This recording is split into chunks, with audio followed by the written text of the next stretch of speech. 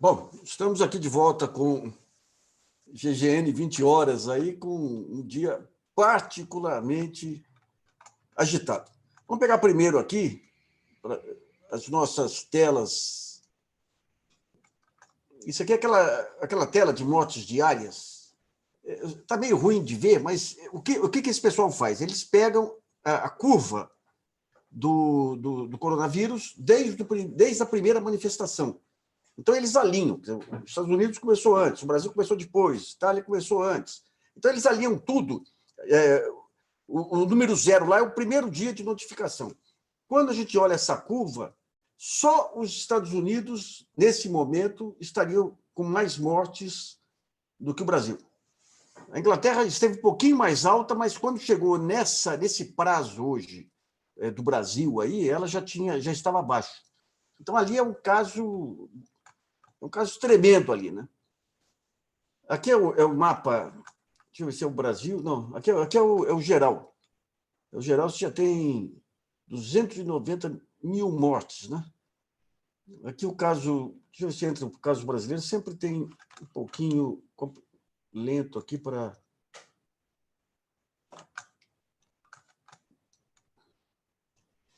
Então, vamos pegar aqui o nosso comentarista. A gente vai ter... Eu tinha dito ontem lá que nós vamos ter semanalmente, mas podendo entrar também durante a semana, em função do tema relevante. Aí o Daniel Dourado, hoje ele faz um balanço da questão do lockdown.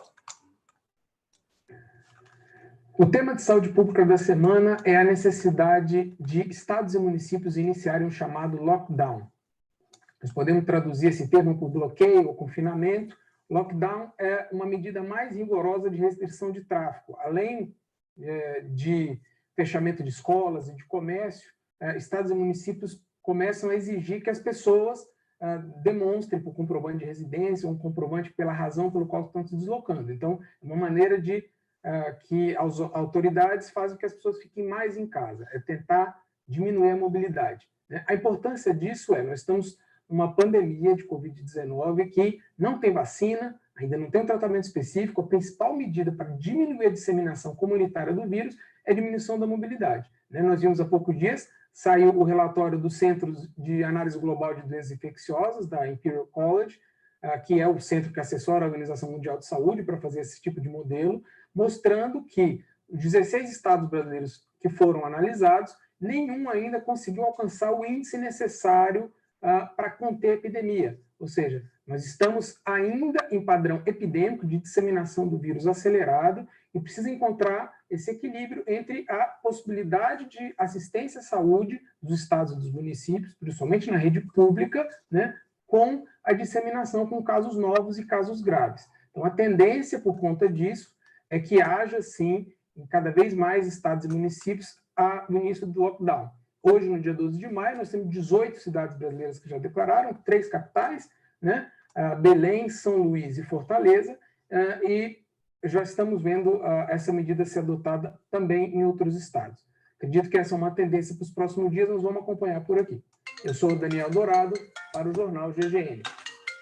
Bom, deixa eu pegar aqui. Queria agradecer ao Daniel Dourado aí. E vamos pegar aqui alguns pontos que são relevantes nesse caso dos vídeos aí.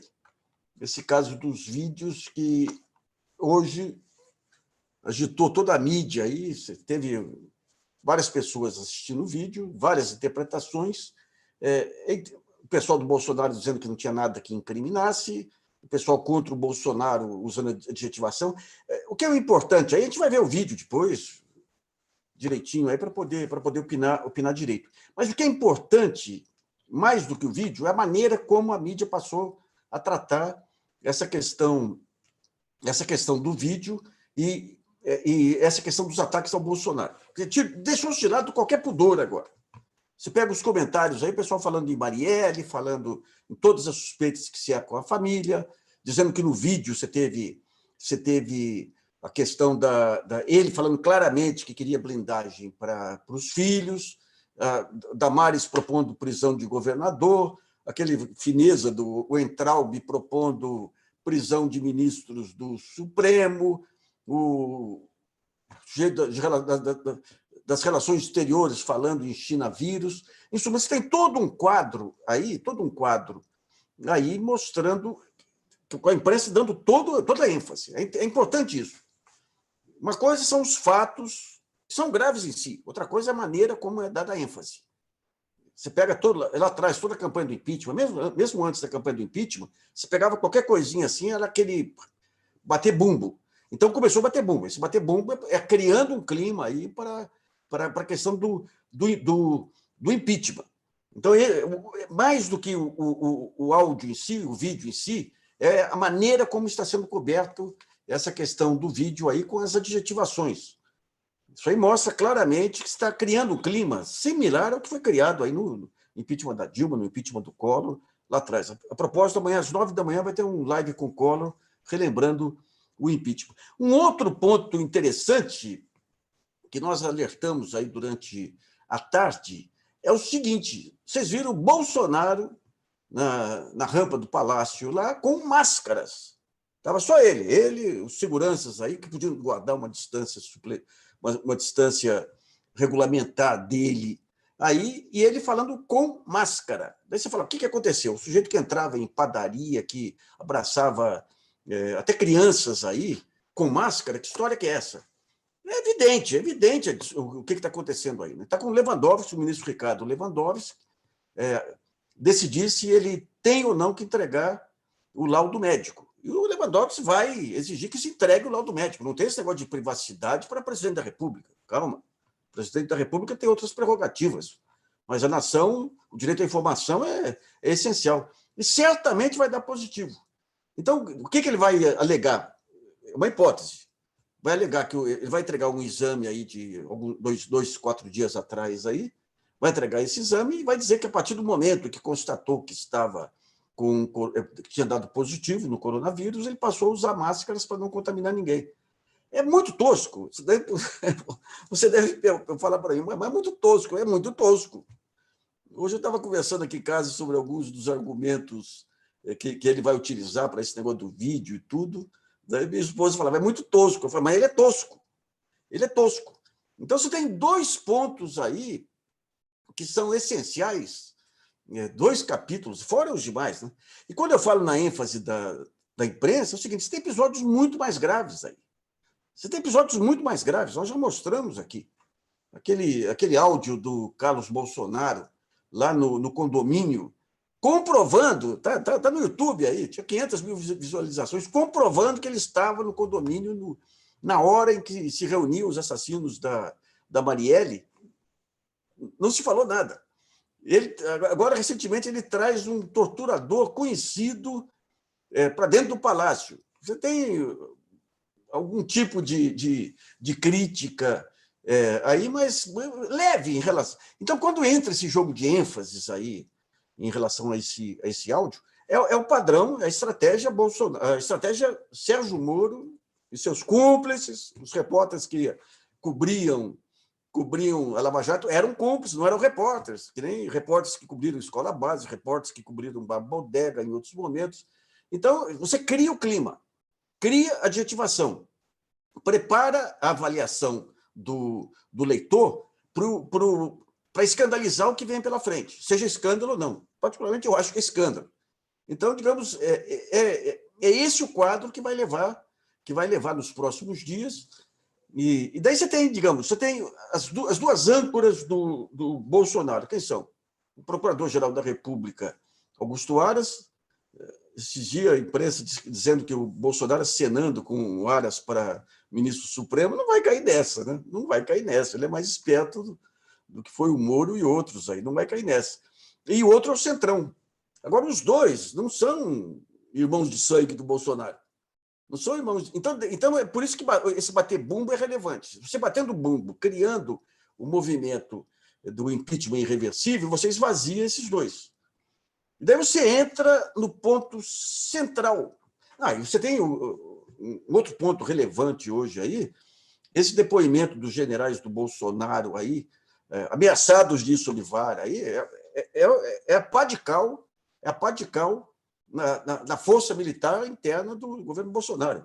É pá de cal. Foram enquadrados. 3 militares aí que se desmoralizaram, jogaram. É que nem todos. É que nem você pega aí, lá atrás, lá, Raquel Dodge com Bolsonaro, com Temer, não adianta. Quem se mete com o Bolsonaro se emporcalha, efetivamente. Então, você tem, digamos, o Bolsonaro totalmente isolado. E repetindo o discurso. Não, porque nós aqui trouxemos aqui a mais competente equipe de ministros da história, quem? O Entraub, Damares. Meu Deus do céu. Isso aí não cola mais, né? Então, você tem todo o clima pronto, não digo todo o clima pronto, quase pronto para essa questão do impeachment, dependendo de 2 coisas, né? O Celso de Mello acabando o inquérito, o Procurador-Geral da República, quem compete fazer a denúncia, denunciando, e o Congresso, a Câmara, aí vendo se consegue os 2/3 com o Centrão negociando com o Bolsonaro. Mas, por outro lado, você tem aí Polícia Federal e Ministério Público investindo sobre as figuras centrais do Centrão, aí, que estão todos na marca do pênalti também. Né? É um jogo... Nossa, o que virou o país efetivamente? Né? O que virou o país? Vamos ver primeiro aqui os comentários aí, para a gente bater bola aí. E lembre-se aí de curtir. A Mariana que tem que falar isso, viu, Mariana? Pode falar aí. Boa noite, pessoal. Boa noite, pai. Tudo bom? Tudo bom. Eu tenho que falar. Então, vamos lá, pessoal. Tem que curtir o vídeo, compartilhar o link da live para todo mundo vir participar aqui com a gente também. Superchat. Também temos um perfil no Instagram agora, que vem sendo alimentado. Então, @jornalggn no Instagram. E é isso. Tá bom? Mais alguma coisa? As perguntas. Tá. Os comentários, aliás. Perguntas não, são Sim, comentários. Perguntas e comentários. A Tusa fala para você convidar a Maria Lúcia Fatorelli, da Auditoria Cidadã, que vale a pena ouvi-la se quisermos realmente mudar de fato para melhorar alguma coisa nesse país. Estamos anotando as pautas aqui também, né? Legal. Aqui a Noêmia fala uma coisa, que a esquerda não está quieta na CIF, só que a grande mídia não dá repercussão. Será mesmo? É complicado ser oposição, né? Porque, de um lado, você pega aí, o PT apresenta proposta X aí de fazer tal e tal coisa. Ele não é governo, como que essa proposta vai ser implementada, né? Dentro do Congresso, de vez em quando você consegue montar frentes aí, a questão dos R$600 e tudo, mas é muito difícil ser oposição, porque não adianta você propor se você não tem poder de implementação. O poder de implementação depende dessa frente ampla das oposições, que não existe até agora, né? Então, é difícil. E o Lula está com dificuldade de discurso, efetivamente. Ele está... Veja bem, havia uma conjugação lá atrás com o Lula. O que o Lula representava? O Lula representava a conciliação, o grande acordo nacional que foi feito. O Lula nunca foi um radical. Desde que ele começa no sindicalismo, era o sindicalismo de buscar resultados objetivos para a classe trabalhadora, melhorias. E no governo ele faz isso, faz um conjunto de concessões para poder levar adiante as políticas dele, e é o promotor desse grande pacto. Ele traz o Luiz Fulan para o Ministério do Desenvolvimento, traz Roberto Rodrigues para o Ministério da Agricultura, coloca aí um preço altíssimo, Henrique Meirelles aí no Banco Central, Palocci fazendo meio campo com o mercado, ele faz isso. Então, esse é o perfil do Lula. Daí vem o impeachment, vem o discurso de ódio, todo mundo, essa manipulação maluca, né, colocando o Lula como um radical venezuelano, bolivariano, cubano, essas maluquices que fizeram aí. E daí o Lula ficou amarrado a isso. De um lado, porque ele viu que falhou, a tese da conciliação falhou, ele deixou de lado grandes propostas aí de reforma fiscal, tudo dentro do mercado, hein? Reforma fiscal, regulação da mídia, que não tem nada a ver com intervenção na mídia, deixou de lado tudo isso em nome de uma conciliação que permitiu fazer um baita de um trabalho social, né? Isso não existe mais, ele está marcado pesadamente aí como radical por esse discurso anticomunista, anti-Guerra Fria, tempo de Guerra Fria, né? E, por outro lado, ele não pode propor a conciliação, porque senão ele perde a base. Então, ele entrou numa sinuca de bico similar à sinuca de bico que entrou o Getúlio Vargas quando ele vem para o segundo governo. Mesma coisa. Getúlio Vargas era um baita de um negociador, sabe? Apesar de ditador e tudo, né? que sabia articular, sabia como contemporizar, como atender interesses em benefício assim, de um projeto maior. Quando ele volta nos anos 50, tinha mudado tudo. A conformação política, a polarização tinha voltado com tudo, com esse discurso da Guerra Fria, de anticomunismo. Né? Então, o Lula está amarrado. Ele está amarrado. E o PT ele tem dificuldade aí de definir estratégias. Aí você tinha o Dirceu, que era um estrategista. O Dirceu, nessa altura, estava tentando conversar, fazendo discursos incendiários, digamos, mas fazendo as negociações com os diversos ângulos aí das esquerdas, da parte democrática, essa capacidade de articulação, né? Que o PT está com dificuldade de exercitar nesses tempos. Né? E, por outro lado, o Ciro, aí, que coloca o PT como o grande inimigo, não o Bolsonaro. Né? Então, digamos, são esses vácuos que dão essa sobrevida ao Bolsonaro também. Mas o principal fator, vou falar daqui a pouquinho, é a incógnita Milton Mourão. Mariana, mais. Do governo, como que é dentro, né, do Congresso, como que a oposição vem se comportando? Que eu sinto falta também desse tipo de tema. Fica parecendo que só tem gente lá, que ninguém que está lá. Não, que a oposição cai sempre como isso, Lula, PT, tá, mas ainda não tem Lula, PT. Não, então, quem está lá está fazendo o quê como oposição? Você tem um pessoal aguerrido lá. A própria Gleisi é uma pessoa aguerrida. Você tem o PSOL aí, o Randolfo, que colocou o Davi Alcolumbre, ajudou a eleger o Davi Alcolumbre. Esse pecado, Randolfo, vou cobrar sempre aí. Sabe? Tivesse o Renan na presidência do Senado, o jogo era outro também. Né? Então, você tem os diversos partidos aí, o Marcelo Freixo, esse pessoal todo aí que faz uma oposição aguerrida, mas é oposição. Sim. O que falta é da Liga. Você tem o próprio Rodrigo Maia aí, que ele tem um papel relevante aí, ele conseguiu estabelecer um mínimo de racionalidade, ao contrário dos militares do Palácio lá, um mínimo de racionalidade, mas você ainda não tem aquele clima, o tchan, falta o tchan, que está pronto para o impeachment. Está chegando, mas você não sabe quando que amadurece. Né? O Senatório pergunta aqui se você arrisca um prazo para o início do processo de queda do Bolsonaro. Não, o início do processo já começou. Né? Agora, quando vai terminar, amadurecer, aí não dá. Tem um cientista político que faz comentário, às vezes, aí, que cada vez que você pega um momento, então você pega, hoje o Supremo fez isso. Não, o Supremo agora é gigante perto do Bolsonaro. Daí amanhã o Bolsonaro dá um berro. Não, o Bolsonaro é gigante. É difícil. Você tem que tentar ver as linhas principais para onde que estão caminhando, mas sujeito a retrocesso, não é uma linha reta. Né? Agora, a cada dia que passa, desde o final do ano passado, a cada dia que passa, você tem um Bolsonaro mais isolado e mais enfraquecido. Né? O pessoal está falando, o nível de desespero de hoje é esperando a música do final. Não, mas foi interessante a entrevista dele lá na rampa do Palácio, né?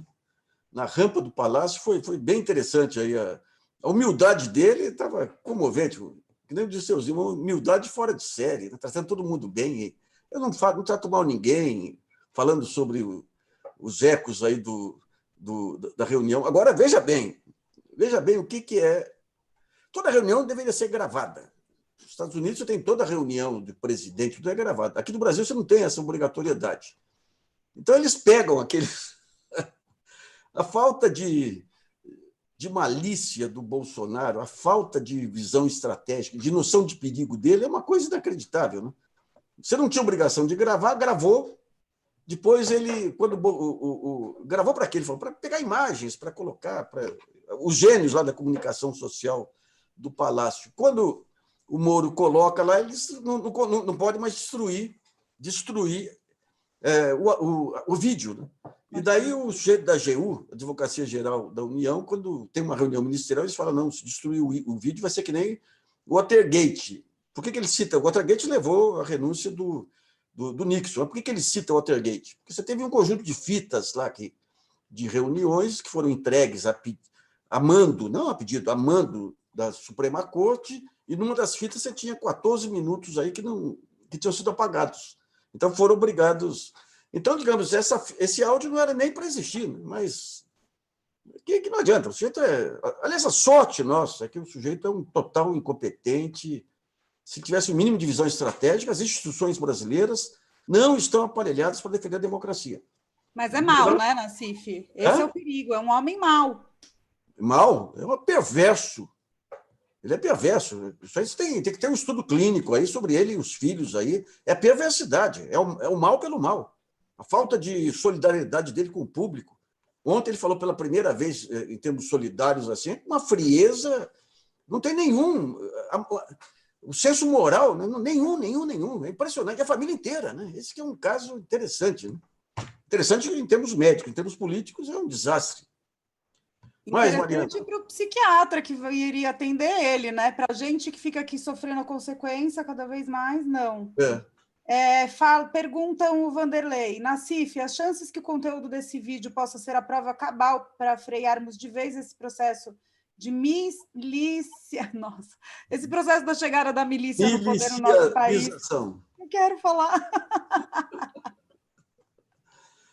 Você tem, segundo os relatos aí, ele fala claramente que queria mudar lá para proteger a família dele. Ele está querendo dizer que proteção é ter uma escolta para a família. Só que a escolta, quem fornece é o Gabinete de Segurança Institucional, não é a Polícia Federal. Né? Então, aparentemente, está bem enrolado aí. Mariana, vamos partir aqui para o... Tem mais uma questão só. Se o Mourão já começou a montar o governo... Então, é sobre isso que eu vou falar agora, aqui no segundo tempo. Aqui. Legal. Opa, só um pouquinho só, deixa eu pegar aqui a... Bom... Só mais um recado. Pessoal, às vezes eu coloco o link aqui na mensagem online, o link para o projeto do Catarse, e ele some.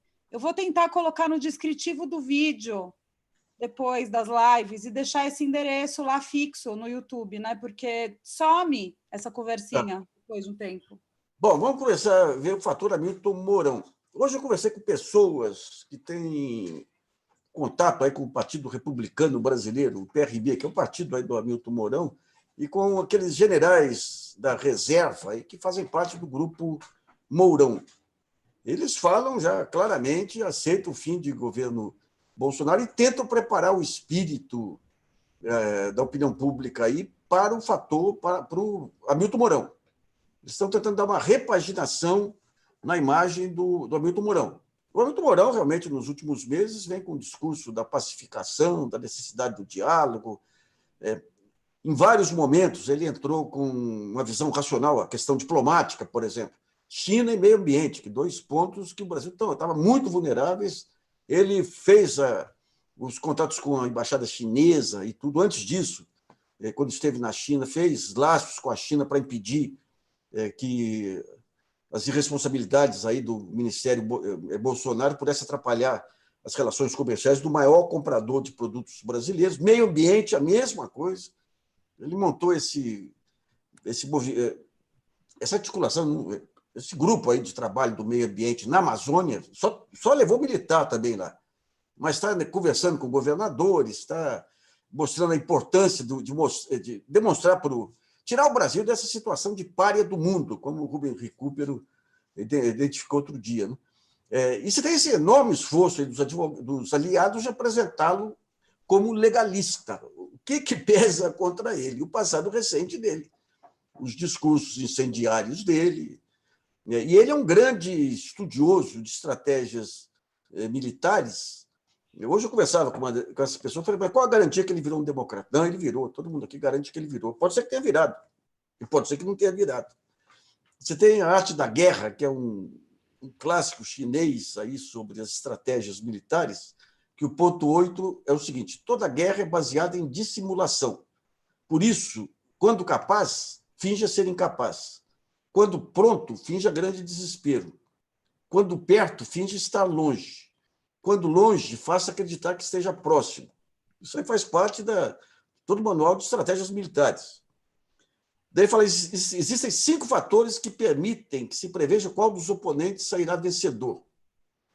1, aquele que sabe quando deve ou não lutar, que é o que o Mourão fez galhardamente. Ele começou a falar muito lá, quando percebeu que estava se queimando, que era só deixar o Bolsonaro se queimar sozinho, ele se recolheu. Aquele que sabe como adotar a arte militar apropriada de acordo com a superioridade ou inferioridade de suas forças frente ao inimigo, que é uma coisa que o Bolsonaro seguramente não sabe, né? Ele faz apostas aí quando ele está enfraquecido. É um capitãozinho que foi demitido, né? Aliás, um dos militares aí que faz parte desse grupo aí foi o militar que ordenou a expulsão do Bolsonaro do Exército. Aquele que sabe como manter seus superiores e subordinados unidos de acordo com suas propostas, coisa que o Bolsonaro é só o oposto do Bolsonaro. Você pega todos os princípios aqui, coloca o Bolsonaro, ele não segue nenhum. Então, a grande interrogação que fica é essa aí, até que ponto que o Mourão vai ser um estadista, e é complicado, né? Quando você abre espaço assim para intervenção militar, militares entrando em todos os pontos. Você pega Castelo Branco, que era tido como um democrata, o Goberi, tido como um democrata. O Castelo entra com compromisso de eleições dali a algum tempo, dá o espaço militar, daí vem a junta militar com Costa e Silva, e tudo implanta o AI-5 e implanta a ditadura. Então, você fala, hoje tem um legalismo aí nas Forças Armadas, tem o alto comando e tudo aí, mas todos esses que estão entrando na área civil, ganhando cargos, ganhando prestígio e tudo, é da carne para o leão. Então, digamos, não estou com um julgamento definitivo sobre o Hamilton Mourão, porque só depois que ele entrar e assumir o poder é que se vai saber qual é a dele, né? Então, um dos pontos é essa dúvida. O outro ponto é que ele não quer negociar com ninguém. Os amigos ele têm insistido para ele começar a negociar com a área política, ele não quer negociar, ele quer assumir, já fala assim, né? Que quer assumir o governo sem estar amarrado aí a pactos e alianças. Então, esses são os dois pontos aí que impedem que se acelere aí a questão do Bolsonaro. Mas o Bolsonaro é tão trapalhão, tão desastrado, é uma ameaça tão candente, tão imediata, que nem isso vai adiantar, né? Mariana, vamos aí para mais uma rodada. Vamos lá. A Neilá pergunta se você acha mesmo que existem diferenças entre Mourão e Bolsonaro, ou se é tudo farinha do mesmo saco. Não, diferenças existem, né? Um é um estabanato qualquer, um baixo patente, baixo calão, ligado aos porões. O outro fez carreira nas Forças Armadas, mas, digamos, em relação à democracia, essa que é a dúvida. E daí você fala, poxa, mas se você vai implantar uma ditadura, o que é mais arriscado? Um ditador trapalhão ou um ditador racional? Então, essa que é a dúvida, né? E o Mourão é perfeitamente racional, né? Então, se ele tem esse compromisso com a democracia, só vai saber com a chamada prova do pudim, né? E a prova do pudim Mas aquele negócio, com o Bolsonaro do jeito que está caminhando, vai ficar irreversível mesmo, né? A posse do Mourão. Tá. Eu vou estudar um pouco sobre esse negócio da prova do pudim aí, que ficou estranho, né? Olha só, estão perguntando... porque parece um pouco preconceituoso para mim, mas pode ser que eu esteja muito chata mesmo hoje. O isolamento faz isso, Mariana. Precisamos estar atentos às nossas falas, né? Várias pessoas perguntando sobre o posicionamento da Fiesp em relação ao impeachment. A Fiesp não existe, né? Uma baita estrutura microcéfala, né? Com o Paulo Scaff. O Paulo só pensa na candidatura dele, ficou com a brocha na mão agora, aí, contava com o Bolsonaro para ser o candidato ao governo de São Paulo. Brocha na mão pode, né, Mariana? Aí o pessoal vem aqui no canal, reclama do som, a gente ajusta o som, fazem teste de luz, passam para a gente fica dando risada das besteirinhas, mas tudo bem, né? Vamos lá. Ai. Bom, o Cláudio pergunta se o comando da Polícia Federal estava nas mãos do Moro e se o Bolsonaro queria apenas um e as outras estavam sob o mando dele e ninguém vai fazer nada. Ninguém está olhando para isso, estão só olhando para essa uma que ele pediu. Hoje eu perguntei para um policial federal influente lá. Eu falei, uai, mas o ponto central em todo esse angu foi o seguinte, foi o afastamento do Ricardo Sade, que era o mais premiado dos superintendentes da Polícia Federal, um craque. Vai no Rio de Janeiro e ganha todos os prêmios. Daí veio o Bolsonaro e faz pressão para tirá-lo de lá. E o ponto central, ele saiu. Então, quem tirou ele de lá foi o Valeixo, que era o delegado-geral da Polícia Federal, podia dizer que foi atendendo a pedido dele. Quem era o chefe do Valeixo? Sérgio Moro. Quem era o chefe do Moro? Bolsonaro. Mas quem definiu a saída do Ricardo Saad foi o Sérgio Moro. Esse que é o ponto central, que o Moro está sendo poupado, inclusive porque a perícia no celular dele pegou só aquilo que estava na memória, de 15 dias. Mariano, para de rir aí, senão não... O que é? Ficou todo mundo aqui nos comentários. E eu preciso ler para pegar a pergunta, só que agora eu já estou com ataque de riso. Mais um aí. Não, você não concluiu. Então quem definiu a saída do Ricardo Saad foi o Sérgio Moro. Atendendo a quê? Atendendo a pedido do Bolsonaro. Esse é o ponto central. Então, se você for pegar 15 meses de Sérgio Moro, são 15 meses atendendo as ordens do Bolsonaro, ou os desejos do Bolsonaro. Até 40 dias antes dele pedir demissão, a esposa do Bolsonaro, do Moro, dizendo que ambos eram a mesma coisa, carne e unha. Né? Esse é o ponto da hipocrisia nacional e dessa aposta aí, né, numa questão com uma pessoa com senso de deslealdade do Sérgio Moro. Né? O Sérgio Moro, ele sacaneia a filhada dele de casamento, o chefe dele, que é o Bolsonaro. E o Bolsonaro hoje, você vê, ele é tão primário que ele diz hoje, numa explicação, ele falou, poxa, o Diário Oficial tinha a saída do Valeixo, mas eu não tinha nomeado ninguém no lugar. Eu estava esperando o Sérgio Moro me chamar, vir até o Palácio para a gente negociar, e ele pede demissão. Ou seja, é um sujeito totalmente sem noção estratégica, sem nada. Né? Esse que é o risco do Mourão. O Mourão tem noção estratégica. Mas aí, Mariana... Tem um lembrete que ontem a gente ficou de falar sobre o retorno do auxílio, o pagamento da segunda parcela, né? E algumas pessoas também questionaram e o auxílio dos militares, quer dizer, o auxílio da população, por acaso, começou a atrasar e os caras começaram a receber de lá? Não, a questão dos militares aí, havia informação de que alguns militares tinham conseguido esse auxílio de R$600. Houve uma ordem aí do alto comando para investigar. Daí hoje tem uma informação que foram 70 mil militares. Isso aí, se foram 70 mil, isso aí dá o Lorenzoni, lá, o Onyx Lorenzoni, aí cometeu... E você vê hoje o que aconteceu com o Bolsonaro. Ele vem com essa maluquice aí de manicure, salão de beleza e... Como é que chama aí? Academia. Eu acho que ele colocou salão de beleza e manicure para convalidar a academia. Poder de lobby, quem tem é a academia. Sempre aquela rede de academia aí que servia para lavar dinheiro do Aécio também. Então, ele faz esse carnaval todo, todos os governadores contra essa intromissão dele. O que ele faz? Agora, no final do dia, agora, a informação de que ele tirou manicures e cabeleireiros desse auxílio de R$600. Para quê? Para eles ficarem na pior e acusar os governadores. Ele não tem nenhum senso de humanidade, não, sabe? É uma coisa, é um mal em estado puro, sabe? Isso aí merecia um filme tipo B lá de Hollywood, sabe? É um mal em estado puro mesmo.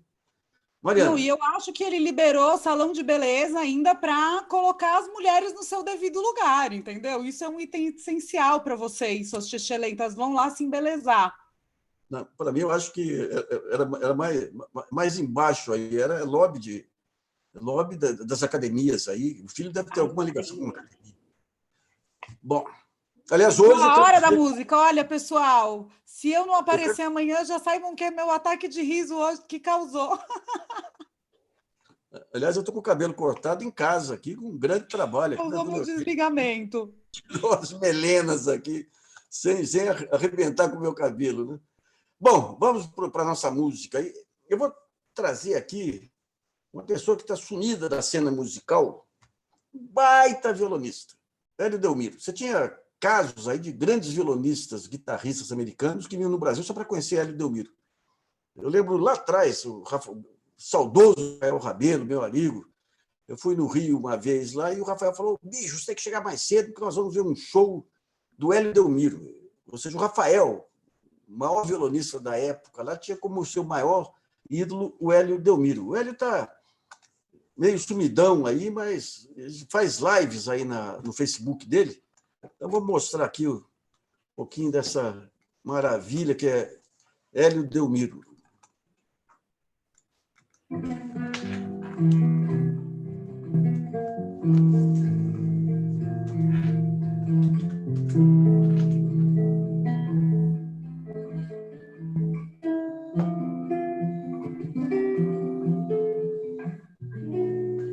O homem e seu violão, sozinho, é um companheiro. Cada sequência de acordes ele vai bordando aí um desenho harmônico lindo.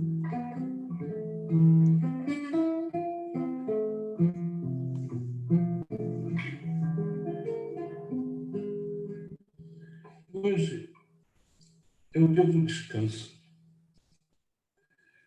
Eu, particularmente, tenho para mim como uma interpretação daquilo que é claro.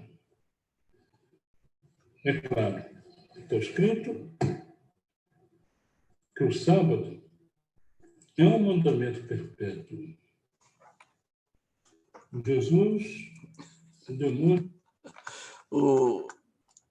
Gozar dessa questão da religião. Lá no GGN a gente colocou lá o vídeo, são 57 minutos, mas é interessante esse negócio de como a religião entra nos músicos. O Baden-Powell, o grande Baden-Powell, meu ídolo maior, né? Ele virou evangélico no final da vida e todas aquelas músicas afro dele, que é um dos momentos mais ricos da música brasileira, né? As músicas afro dele com Vinícius de Moraes, ele achou que era coisa do demônio. Teve um show de violão aqui que ele não quis participar, porque ia ter homenagem a ele com a orquestra das músicas afro. É interessante essa história, né, de ele perder as raízes lindas aí, afro. Bom, nós vamos ficando por aqui. Mariana, até amanhã. Essas pedidas dos nossos amigos espectadores, sempre lembre durante o dia para a gente levantar as informações. Tá bom. Então, um beijo, filha.